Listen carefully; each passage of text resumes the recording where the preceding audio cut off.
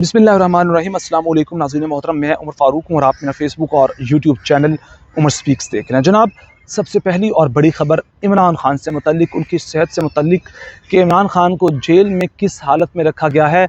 और ये बता दूँ कि ये ताज़ा तरीन तफसील है, कोई पुरानी ख़बर नहीं है। और ख़बर तो ऑब्वियसली बाहर आ जाती है और आ चुकी है, क्योंकि इस वक्त पाकिस्तान तहरीक-ए-इंसाफ के जो लोग हैं उनको बहुत ज़्यादा इस चीज़ की तशवीश है कि इमरान खान के साथ जेल में क्या हुआ है, मुलाकात क्यों नहीं करवाई गई। और जिस तरह पाकिस्तान तहरीक-ए-इंसाफ की लीडरशिप फेल हुई है इमरान खान के साथ मुलाकात करने में, तो ये तशवीश बढ़ चुकी है, इसलिए ये बताऊँगा। और दूसरी बड़ी खबर होगी जनाब, कल 18 अक्टूबर को पाकिस्तान तहरीक-ए-इंसाफ की जानिब से एक एहतजाज का ऐलान किया गया है। और इस ऐलान के बाद, ये जो प्रेशर में ऐलान किया गया है, इसके बाद जो पाकिस्तान तहरीक-ए-इंसाफ के जो वर्कर्स हैं वो शदीद मज़ीद मायूस हुए हैं। वो मज़ीद इस क़यादत से जनाब उनको कोई उम्मीद नहीं रही। फिर तीसरी खबर होगी जनाब, आइनी तरमीम को लेकर कल जो लाहौर में एक बड़ी अहम तरीन बैठक हुई, जिसके अंदर मौलाना साहब थे और शहबाज शरीफ थे, नवाज़ शरीफ थे और बिलाल भुट्टो ज़रदारी थे, आसिफ अली ज़रदारी थे। तमाम अशराफिया इकट्ठे हुए थे कि हमने किस तरह गेम डालनी है। इस पर अब मौलाना साहब कहाँ हैं, क्योंकि ख़बरें मीडिया के ज़रिए कुछ और फैलाई जा रही हैं, जबकि मौलाना साहब ने कहा कुछ और था। तो बढ़ते हैं सबसे पहली खबर की जानिब, जो है इमरान खान की सेहत से मुतल्लिक, जो इस वक्त ऑथेंटिक ज़राए से, यानी कि जो अहम तरीन बड़े सहाफ़ी हैं वो जी इस चीज़ को रिपोर्ट कर रहे हैं। वो कहते हैं कि जनाब इमरान खान की जो दाढ़ी है वो बढ़ी हुई है, शेव नहीं कर सके वो। तकरीबन पिछले 1-2 हफ्तों से कैद तन्हाई में रखा गया था, तो अब उनको एक रेज़र्स का पैकेट दिया गया। आमतौर पर ऐसे पैकेट नहीं दिया जाता, एक रेज़र दिया जाता है कैदियों को और फिर वो इस्तेमाल करने के बाद वापस भी लौटाना होता है। लेकिन इमरान खान को पूरा पैकेट दे दिया गया है, वो जिस तरह से इस्तेमाल करना चाहें कर सकते हैं। फिर उसके बाद जनाब स्टोर कीपर ने ज़रूरी सामान दे दिया है, जैसे कि कहा गया था कि कैंटीन बंद कर दी गई थी, अखबार नहीं था, कोई बाहर की खबर नहीं थी, तो अखबार भी प्रोवाइड करना शुरू कर दिया गया है इमरान खान को, अखबार की सहूलत। और दोपहर का खाना कुछ दिन पहले इमरान खान ने लेने से इनकार कर दिया था, क्योंकि इमरान खान परहेज़ी खाना खाते हैं, एथलीट हैं, उनका अपना एक अलग खाने का टाइम टेबल है। और वो जो कुछ खाते हैं इससे मुतल्लिक, तो जो जेल का अमला था उन्होंने इमरान खान से मुलाकात की और बताया कि उनकी भी मजबूरियां हैं, जो उनको ऑर्डर्स हैं वही वो प्रोवाइड कर सकते हैं। तो इस सूरत हाल में अब जो बड़ी अहम तरीन चीज़ बताएगी कि 1-2 रातें पहले, रात के अंधेरे में 12 बजे के बाद तकरीबन 2-3 बजे इमरान खान से 2 शख्सियात मिलने आई थीं। और वो शख्सियात कौन थीं, कहाँ से आए, क्या कहा, कोई पैगाम लेकर आए थे या वो कोई पैगाम लेकर गए, इस चीज़ का कोई इल्म नहीं है। बस इतना पता चला कि किसी ने मुलाकात की थी। हो सकता है कि वो पाकिस्तान तहरीक-ए-इंसाफ के अपने लोग हों, बैरिस्टर गौहर या अली मीन गंडापुर, मगर ये भी हो सकता है कि वो कहीं और से आए हों, कोई पैगाम लेकर आए हों। इसकी तफसील अभी तक तो बाहर नहीं है, लेकिन जल्द बाहर आ जाएगी। कल 18 अक्टूबर है, 18 अक्टूबर तक इमरान खान के साथ मुलाकात पर पाबंदी है, लेकिन 18 अक्टूबर के बाद अगर मुलाकात इमरान खान की खुलती है तो तूफ़ान तो तब आएगा खुद पाकिस्तान तहरीक-ए-इंसाफ के अंदर जो चीज़ें चल रही हैं।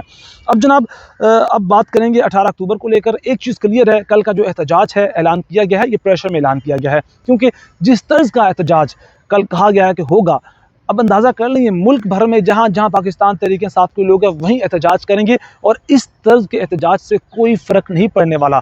इस तर्ज के एहतजाज से जो पाकिस्तान तहरीक-ए-इंसाफ के लोग हैं उनकी गिरफ्तारियाँ होंगी, टोलियों की सूरत में एहतजाज होगा। तो वो एहतजाज इस मौजूदा पाकिस्तान की हुकूमत जो है इनका कुछ नहीं बिगाड़ सकता। उल्टा पाकिस्तान तहरीक-ए-इंसाफ के लोग पकड़े जाएंगे और छोटा मोटा एहतजाज होगा, ख़त्म हो जाएगा।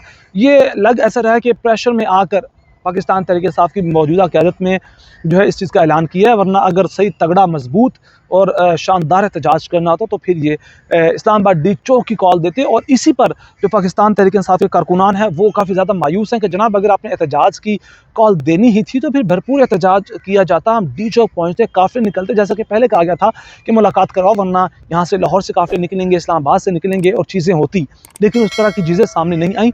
और बहुत से इनके यानी कि पाकिस्तान तहरीक-ए-इंसाफ के क्लोज़ जो सहाफ़ी हैं वही हैरान है कि ये किस तर्ज़ की मुजरिमाना खामोशी है, कोई इस पर मामला नहीं देखने को मिल रहा। क्योंकि इमरान खान ने कहा था कि जब तक ये आईनी तरमीम वाला या मंसूर अली शाह वाला मामला निमट नहीं जाता आपने एहतजाज नहीं रोकना।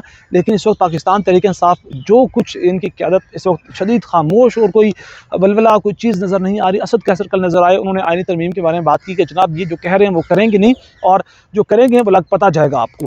अब मामला क्या है, मौलाना साहब ने कल बाहर आकर कहा कि बिलावल भुट्टो जरदारी और पीपल्स पार्टी के साथ हमारी काफ़ी चीज़ें मुसवदे पर मिल गई हैं और अभी बहुत सी चीज़ों पर काम बाकी है। हमने आईनी अदालत या अदालती मामलात को, इंतज़ामात को लेकर चीज़ों को काफ़ी हमने कंक्लूड कर लिया है। इस पर हुकूमत ने जो बयान बनाया है, यानी कि इनके अपने लोगों ने, मीडिया ने, कि जनाब ये मिल बैठ कर मामला हल कर चुके हैं और मौलाना साहब भी मान गए हैं।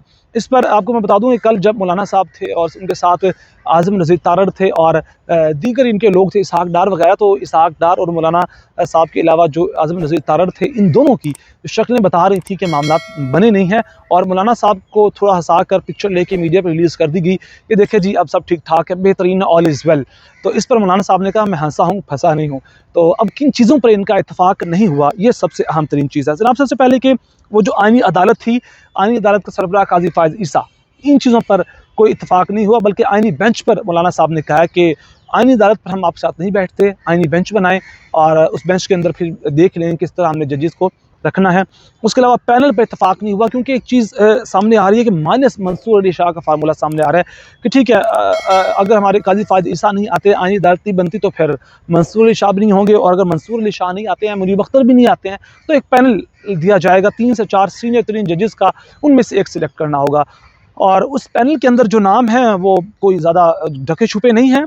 उनके अंदर जनाब याह्या अफरीदी साहब हैं, जस्टिस अमीरुद्दीन ख़ान, और इसके बाद फिर जस्टिस जमाल ख़ान मंदोखेल हैं। इनके पैनल पर भी इत्तेफाक नहीं हुआ। और सबसे अहम तरीन बात यह कि जस्टिस अमीनुद्दीन ख़ान जो हैं नवाज़ शरीफ के मोस्ट फेवरेट हैं और इन्हीं के second favourite justice Yahya Afridi हैं। तो इस पर भी अभी तक इत्तेफाक नहीं हुआ मौलाना साहब का। इस सारे मामले के अंदर फिर अब जो चीज़ें सामने आ रही हैं, और 6 जजेस का ट्रांसफ़र चाहते हैं नवाज़ शरीफ के, जो 6 जजेस जिन्होंने ख़त लिखा था काजी फ़ायज़ ईसा को बहुत से मामलात पर इस्टेब्लिशमेंट से मुतल्लिक, उन 6 जजेस को कहीं बलूचिस्तान दूर ट्रांसफ़र कर दिया जाए, उनके मेन मामलात से कोई ताल्लुक़ को रखा ही ना जाए।